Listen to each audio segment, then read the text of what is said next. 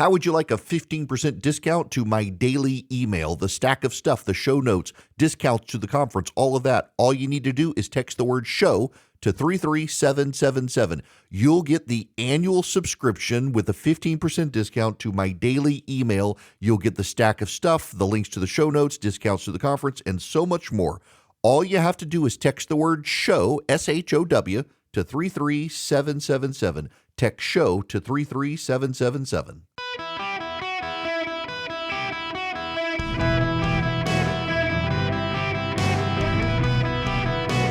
Welcome to the Erick Erickson Show podcast, Hour 1. Welcome.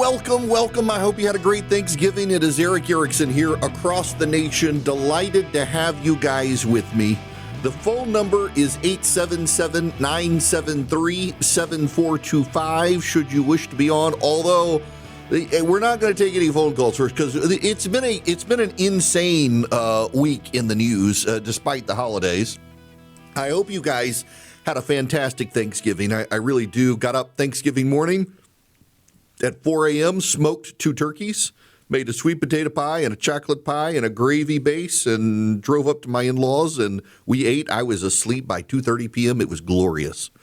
And while all of that was happening, the President of the United States of America was on social media on a series of tirades. He wants to arrest Joe Biden, among other things. He had too much time on his hands in the holidays, and no one took the phone away. We got to break it all down. I want to begin with the ships in the Caribbean. I do want you to understand here that what we are witnessing is a partisan operation. There may be legitimacy, but you have to at least recognize out of the gate that there is a partisan operation underway by the Democrats with the media to deal with these ships in the Caribbean. Now, I am of the position that if the president decides that the narco-terrorists are enemy combatants, he's the commander-in-chief, blow them up. However, let me at least give you the counter-argument. It's not my argument, but you should know the counter-argument because there is validity to the counter-argument. The counter-argument is this, and I'm going to go through just so you understand the different headlines that have happened over the last number of days, and I'll spend time with each of them. But my position is if the president as commander-in-chief decides that the narco-terrorists are at war with the United States, even though they're not formally a nation state, he can declare them enemy combatants and he can go to war with them. He's the commander-in-chief. The counter-argument to my position is this, and it is a valid position. Whether you or I like it, federal law has described narco-trafficking as a federal crime. If something's a federal crime, it's not an act of war under common understandings of legal jurisprudence. Again, you and I can disagree with this. I'm just trying to get you to acknowledge there is another argument, and it's a valid argument, that if narco trafficking is treated as a federal crime, it can't be treated as an act of war because Congress designated it a crime. Therefore, you can't treat narco traffickers as terrorists, enemy combatants. That's the other side of the argument. Now, the separate issue is this shooting of the ship at sea where Pete Hegseth allegedly, with anonymous sources, and by the way, we can be skeptical of anonymous sources, but both sides use anonymous sources, so just set that parameter there. Pete Hegseth told him to essentially do a double tap, do a second strike to kill the survivors of the shipwreck. Pete Hegseth didn't deny it. But now the Pentagon has come out and said, actually, it wasn't to kill people. It was the ship was still buoyant. It was still floating. We wanted to get rid of the narco-terrorist ship full of drugs, and so we sank it with a second strike, and that caused the deaths of the other people. That's where the White House position has come.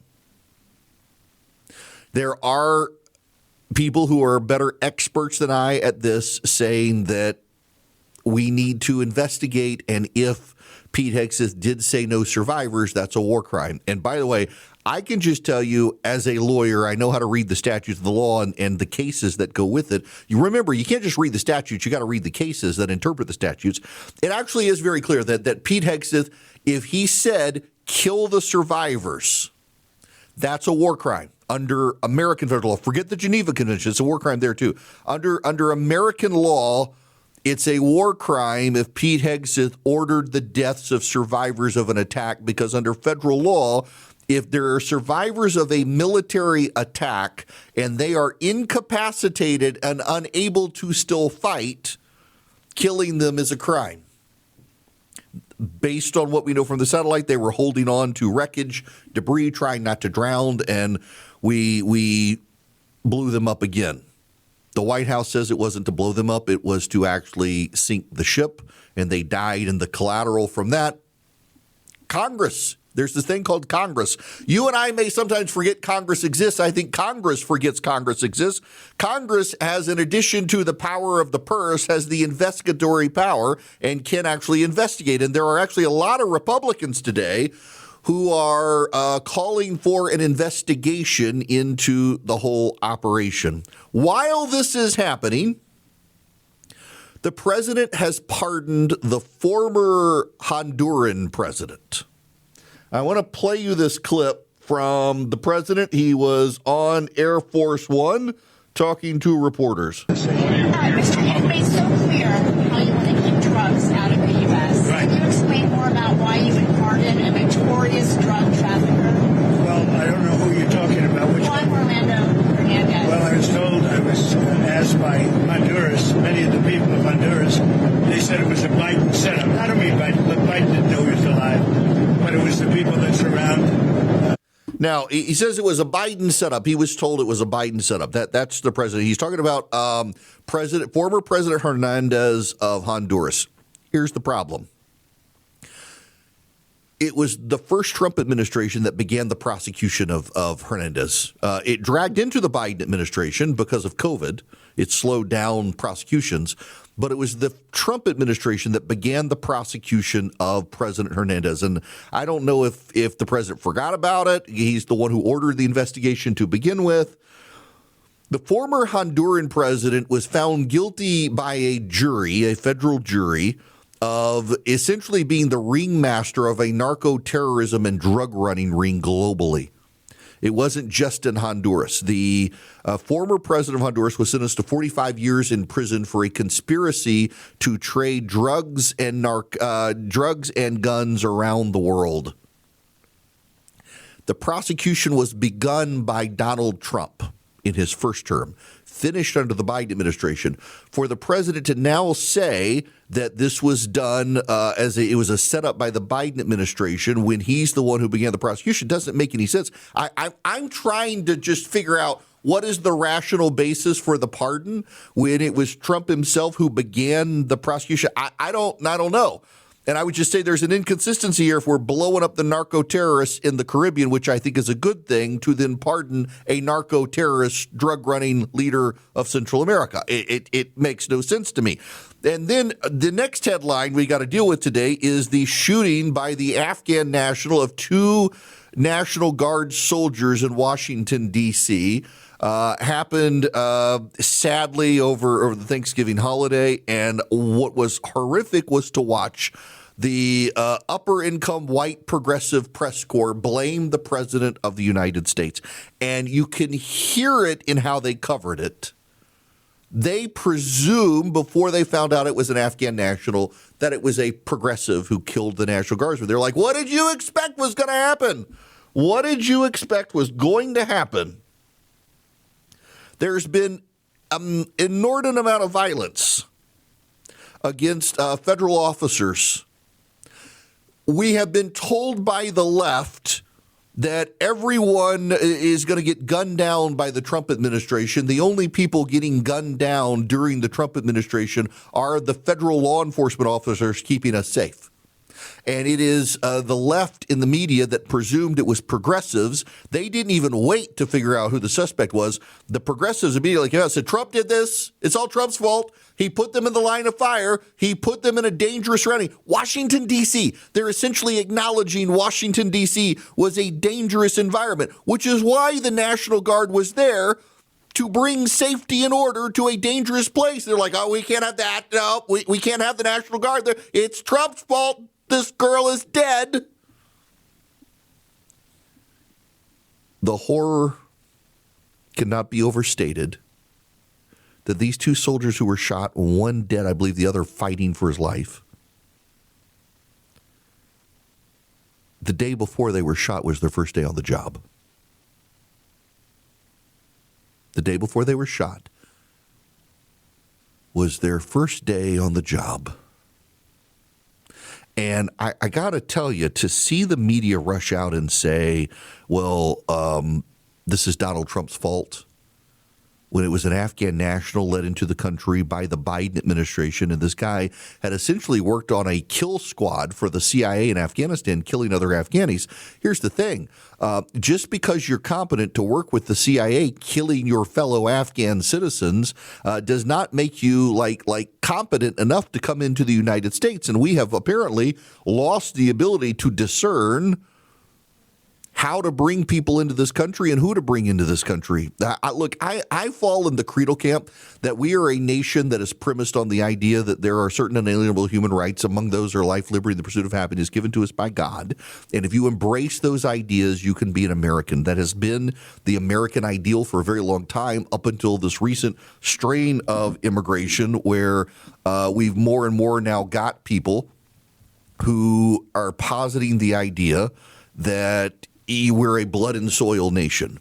And because we're a blood and soil nation, you have to have been born here to be able to be here. It's very anti-immigration sentiment, more so than we've had even in the early 1900s. And I disagree, but I would say this. While I believe we're a nation of ideas and ideals, if you reject those ideas and ideals, you shouldn't be here. And we're seeing this with the Somalis in Minnesota.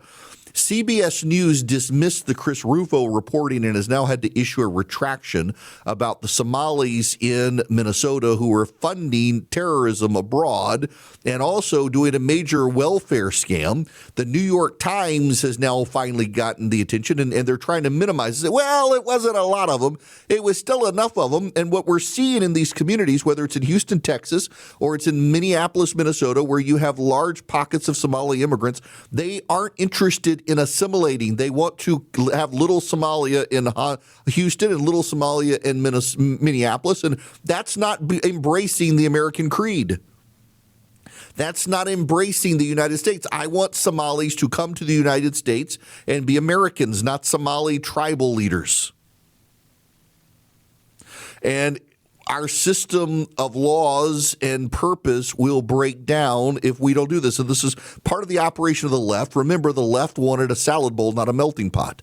The idea of the salad bowl is that every individual group can continue to be identified and separated, whereas the melting pot ideal, which had long been the ideal for the United States, was that everything blends together over time into this amalgamation of something that's very special. That's the America we should have, not the salad bowl idea. If we got tribal warlords from Somalia in Houston, Texas, or Minneapolis, Minnesota, and they want to still be Somali tribal warlords, well, send them back to Somalia, where there's a war, and they can go fight.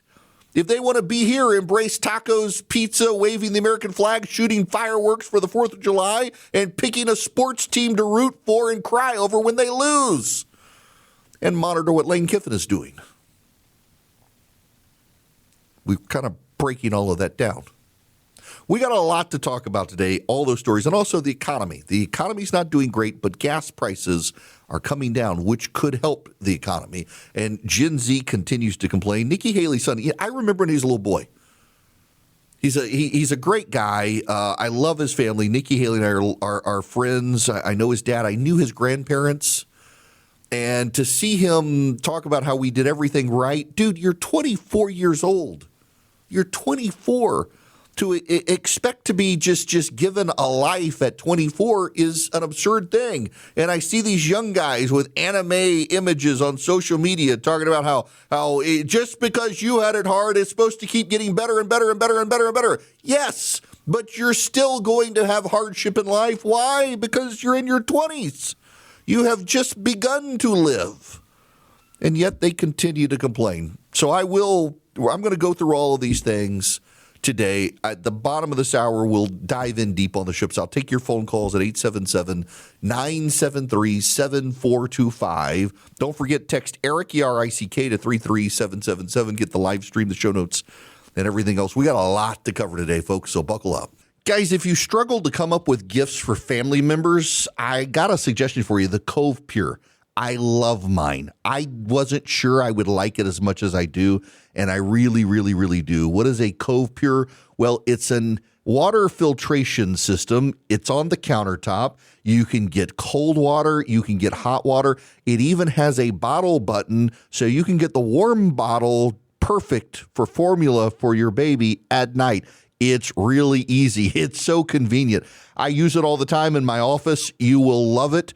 It sits on the countertop. It uses reverse osmosis. It gets rid of like pharmaceuticals, fluoride, lead, arsenic. It's the purest water you can get. It tastes fantastic. If you're looking for a great gift for your loved ones or for yourself that they're actually going to use the Cove Pure. I partnered with them. They're giving you a $250 holiday discount with my link, covepure.com/Erick. That's covepure.com/Erick, E-R-I-C-K. You get $250 off, covepure.com/Erick. The sale is going to end, so take advantage of this $250 holiday discount, covepure.com/Erick.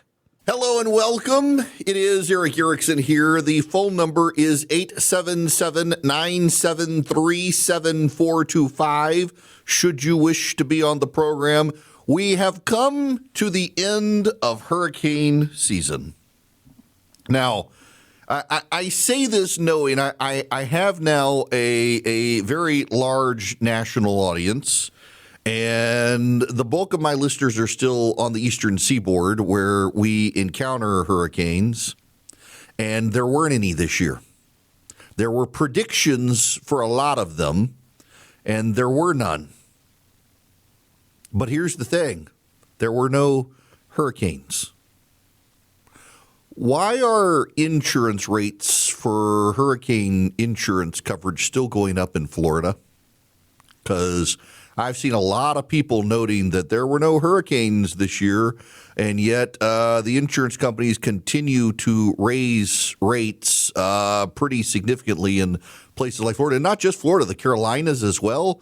Georgia to a degree, but the Carolinas in particular, in Florida, hurricane insurance, in Alabama, hurricane insurance has continued to go. We didn't have any hurricanes this past year. What is there to cover? Now, granted, there are costs of inflation and things like that, but it's just seeming like more and more like hurricane insurance is a bit of a scam. And while they're doing everything else in Florida to control costs, I suspect the governor of the great state of Florida and his team are going to be looking into insurance, hurricane insurance. Interestingly enough, Florida, Georgia, and several other states did pretty strong tort reform in the last year, and other insurance rates are going down. Isn't that curious that other rates are going down, but hurricane insurance rates are going up after the passage of tort reform? Just very curious. All I'm doing is asking questions, just asking questions. Just like I'm doing my Candace Owens impression, asking questions. I hadn't mentioned the Jews. In any event, something to keep an eye on. Now, you getting ready for the holiday season? You got a computer on the list? Vision Computers can build it for you, save you some money, and you get their world-class customer service. Can you imagine you get the one-size-fits-all big box store computer for your kid for Christmas, and it starts up on Christmas Day, and there's a problem, and there's no one around to help you? Well, with Vision, 24/7, 365, they've got someone, and if you get it from Vision, you're not going to have that startup worry. It's going to work. In fact, they can take your existing computer and roll everything over onto the new computer exactly as it is if it's Windows 11 compatible, and you're off to the races. They can get you a new computer, get you that customer service that's just hands down the best. And they can also do managed IT for you. Call them at 404-COMPUTE or go to visioncomputers.com. 404-COMPUTE or visioncomputers.com. Let Vision Computers handle all of your technical needs, handle your computers, handle your IT service. You get a special phone number you can call 15 seconds or less. They take care of you. 404-COMPUTE or visioncomputers.com. Take advantage of their unbelievable deals. In business, they say you can have better, cheaper, or faster, but you can only pick two. What if you could have all three at the same time? That's exactly what Cohere, Thomson Reuters, and Specialized Bikes have since they've upgraded to the next generation of the cloud. Oracle Cloud Infrastructure. OCI is the blazing fast platform for your infrastructure, database, application development, and AI needs, where you can run any workload in a high availability, consistently high performance environment and spend less than you would with other clouds. How's it faster? OCI's block storage gives you more operations per second. Cheaper? OCI costs up to 50% less for compute, 70% less for storage, and 80% less for networking. Better? In test after test, OCI customers report lower latency and higher bandwidth versus other clouds. This is the cloud built for AI and for all your biggest workloads. Right now, with zero commitment, try OCI for free. Head to oracle.com/Erickson, Erickson. That's oracle.com/Erickson. Greetings, my friends. I hope you had a great Thanksgiving. The phone number here, 877-973-7425, should you wish to be on the program. We got to talk in depth now about the ships in the Caribbean. My thoughts are complicated and nuanced. And I know that's the sin of conservative talk radio these days. It's supposed to give you, throw the chum in the water, get the sharks going, stir it all up. But let's just have a grown-up conversation, shall we? We are where we are with this particular issue for two reasons. One, the president continues to push the outer boundaries of presidential power in ways that not only does he think is justified, but also I've repeatedly been told that there are some people within the White House who say he's intending to do this so that the courts can say, no, you can't do these things, so that future Democrats can't do those things to our side. And I applaud that. But you're combining that with a Democratic push to delegitimize everything about this administration.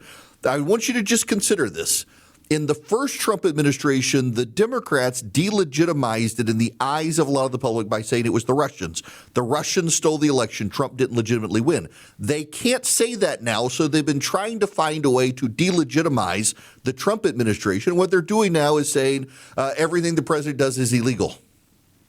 They have yet to get courts to agree, but that's okay because conservatives dominate the federal judiciary, so they kill two birds with one stone. They legitimize the Trump administration and the Supreme Court of the federal court system by saying what he's doing is illegal. The problem is they're also now doing it to the military. What you're watching with these 6 Democratic members of Congress and their videos saying don't do illegal orders is the Democrats seeding the ground for mutiny by the military, which, by the way, even an attempted mutiny is punishable by death.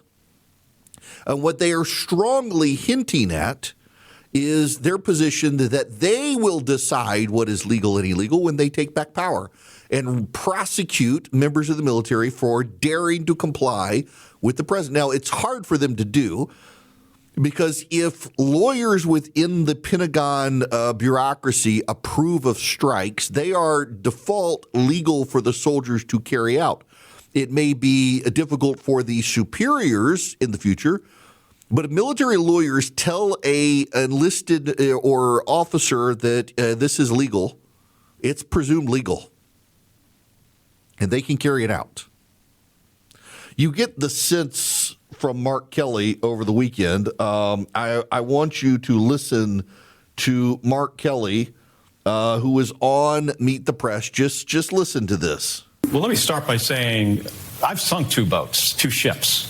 I sunk an OSA-2 missile patrol boat in Kuwait Harbor. I sunk a Polnokny troop carrier in the Persian Gulf during the first Gulf War. Never once did I question whether those orders were legal or illegal. People can tell the difference, should be able to tell the difference between something that is unlawful and something that is lawful. And if I was ever given an unlawful order I would refuse. If you have time, you can certainly go to the judge, advocate generals, the lawyers, and have a discussion about it. If you don't have time, you just say simply, I'm not going to do that. That's against the law. You see, what he's doing there is a reasonable member of the military should know it's illegal and just don't do it. And what he's getting at is when we come back to power, we're going to come after you if you comply with Donald Trump's decisions. Where are the illegal orders? They can't name any. But this is where the setup comes in, and you know they had a leak. Just follow the timeline here. The 6 members of Congress, the Democrats, produced the video saying don't comply with illegal orders. Then the media does a story on how Pete Hegseth gave an illegal order that was complied with. And now they're back out saying don't comply with these orders or else. They clearly knew the story was coming about Pete Hegseth's order on the ship. Now, what to make sense of all this? Now this is where I need you to just understand what I am about to do. I don't like to tell anyone what to think. I want you to think for yourself. And I want to lay out the argument for you just so you understand the argument. It is my position that if the president has determined that the narco-terrorists are narco-terrorists, go blow them up.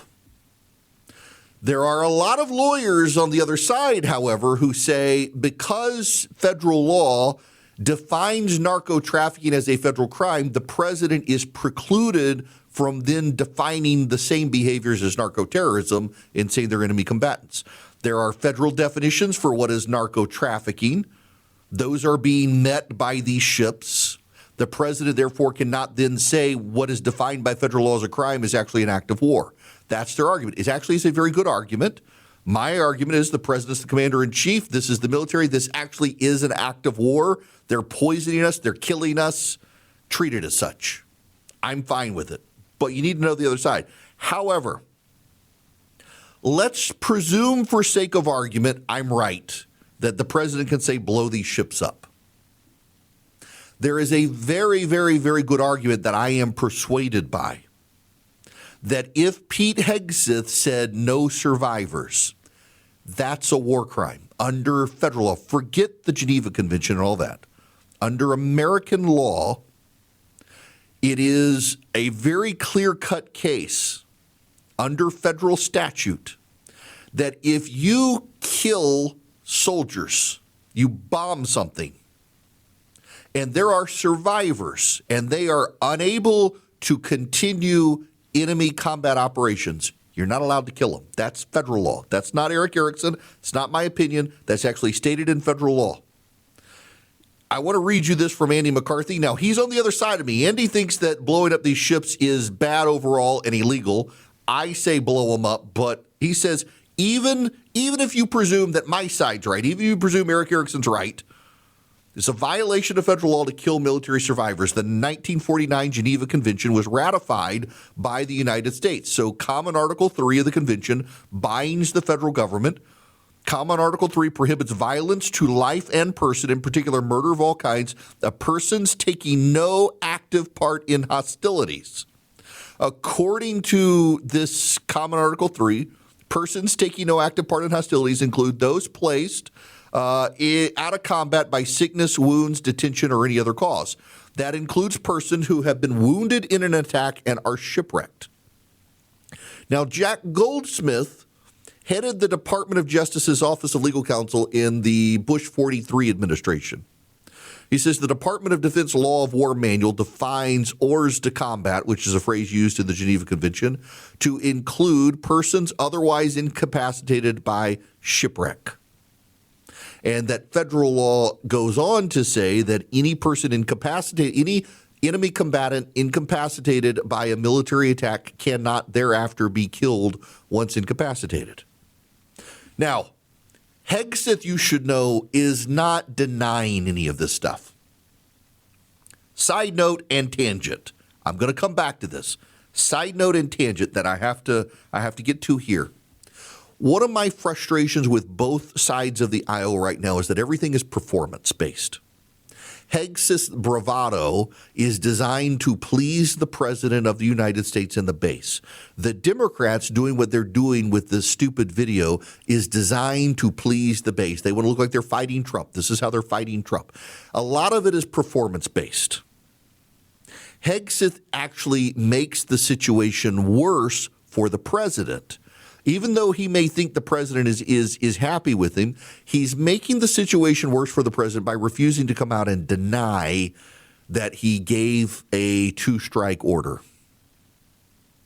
He's refused to explicitly deny. Don't tell me he's denied it. He hasn't. I read his statement that he said that people die in these attacks, essentially. Not his exact words, but that was the sentiment. He refused to explicitly deny. Someone else on background came out and said this wasn't about killing these survivors. It was about sinking the ship. The survivors died in the collateral. Congress needs to ask some basic questions here. Because I do have to tell you that if the American administration is violating the Geneva Convention, and I don't think they are, but if they are, that's really bad. It's really bad because the Nazis defended Nazism. If you're defending war crimes because it's your side, you may not look in the mirror and say, I'm the bad guy, but you are. If you're defending war crimes, violating federal laws, things like that. And I have a sense they're not, but Congress needs to ask questions. But for all the bravado here, Pete Hegseth is actually making it worse by his refusal to clarify. And it's providing an opening for Democrats at a time you may like the president, but he's increasingly unpopular with the public. In fact, I'm not going to play you the clip because it would probably drive you into despondency. But Harry Inton today pointed out that in the Gallup polling, the president is now as unpopular as Richard Nixon was headed into the Watergate crisis. So there's a problem that Pete Hegseth is making worse for the president. At the same time, I want you to know something else. In August of 2021, the Biden administration performed a drone strike in Afghanistan and killed 10 civilians. It turns out they knew it wasn't the terrorists, but they wanted a show of force, and they killed 10 civilians. None of the Democrats who are right now attacking the Trump administration said anything about war crimes.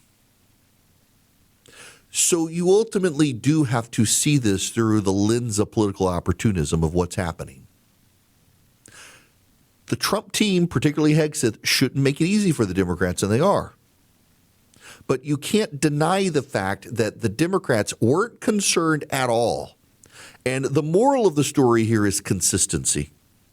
Because Republicans can absolutely point to this drone attack killing 10 civilians, knowingly killing civilians in Afghanistan in August of 2021, and say, none of you people cared about that. You only care about this because it's Donald Trump.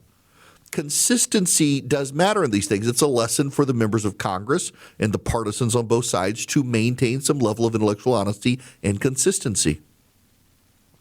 But also, I got to say this. I think the president muddies the water when he is pardoning a narco-terrorist president of Honduras while saying we're going to war with the narco-terrorists. That in and of itself, I think, sends a very mixed signal. And it's something that I think that this administration should have thought of. And I'm not really sure why it is that the president of the United States decided that he should pardon this president. He says it was a Biden witch hunt, but it was actually Donald Trump's first administration that started the prosecution. I'm not, and this is my frustration here. And I'm trying to rationalize, synthesize, and analyze all of these disjointed parts together so that they make some sense. But at some point at the end of the day, you come to the inescapable conclusion that there's no coherent vision or thought to any of this at this point. And you can't run a winning game if there's no strategy. And right now, The strategy appears to be to own the left and incite the left. But in owning the left and inciting the left, you're mobilizing the left for elections. And when Pete Hegseth doesn't come out and tone it down, instead he comes out as Mr. Bravado and we're people die. Y'all, I can't find any legal order. They found this order. Maybe it's legal or illegal. I don't know. Congress needs to investigate to find the facts. Shout out to Don Bacon, the Republican congressman from Nebraska, who was asked about it. He says, I don't know what this is. We should ask questions, though. Yes, ask questions. Hegseth's not helping himself or the president of the United States, and the only coherency in this seems to be to piss off the left. But in doing so, they're making voters mad. We saw what happened in the off year elections in November. We see the special election in Tennessee happening tomorrow, where it's a Trump plus 20 district, and the Democrat is only behind by 2. That makes no sense. We'll find out tomorrow if the polling is really wrong. But if this Democrat in this election loses by 5 points or less, it's a really bad sign for Republicans that in a Trump plus 20 district, the Democrat lost by 5 or less. That shows you just how riled up people are against this administration. And when there seems to be no coherence to the planning to actually have an agenda and implement an agenda, we're just picking bits and pieces of things and trying to throw it all together. That breaks everything down. And it gives the Democrats a chance to engage. Donald Trump has been saved so many times by the blithering stupidity of his opponents. At some point, though, they get lucky because you take advantage of the goodwill of the American people. And if the American people do believe that Pete Hegseth has committed a war crime, they're going to turn on Trump, not just Hegseth.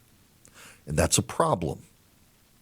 It's a real problem because there's midterms coming. And it's a real problem because after those midterms, there's a very real chance the Democrats take back not just the House, but possibly the Senate. And if that's the case, one or the other, they're going to be mired down in investigations, and all the good things that Donald Trump has been doing come to an end while the administration is overwhelmed by congressional investigations that generate bad headline after bad headline. There's got to be some coherence other than owning the left at this point. Hello, my fellow Americans. The phone number is 877-973-7425. Should you wish to be on the program today, I will get to your calls in the next hour, in large part because my software system to get into the call screening program decided to update.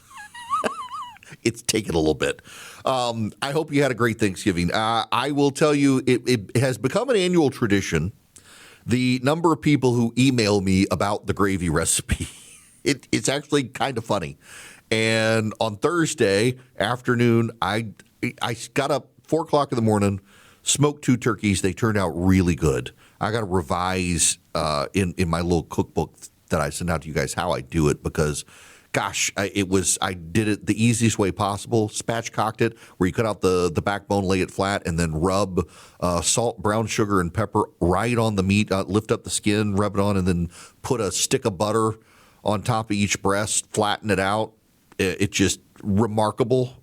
It turned out so good, and I'm going to have to revise how I do it. But I went to bed, and then I woke up and had dozens and dozens of emails from people about the gravy recipe, which always makes me feel good that suddenly everybody is making the gravy recipe. It was so easy. I'm glad. I hope that you guys had a good Thanksgiving. Very much appreciate you guys. Now, I also appreciate Old Glory Bank. They are my bank. They have been my bank for a while, and I got to tell you, they never disappoint. They're just so willing to accommodate businesses and help businesses growing. They've got a great business lending program. They do mortgages. They do CDs, everything you need this holiday season as you gather with friends and family. It's a good thing, good time to think about the things that matter most. If your bank doesn't reflect on your values, it might be time for change, and Old Glory Bank is the bank that values your values. They respect freedom. They support American ideals. They stand with you. I love using them. Check them out at oldglorybank.com/Erick. oldglorybank.com/Erick.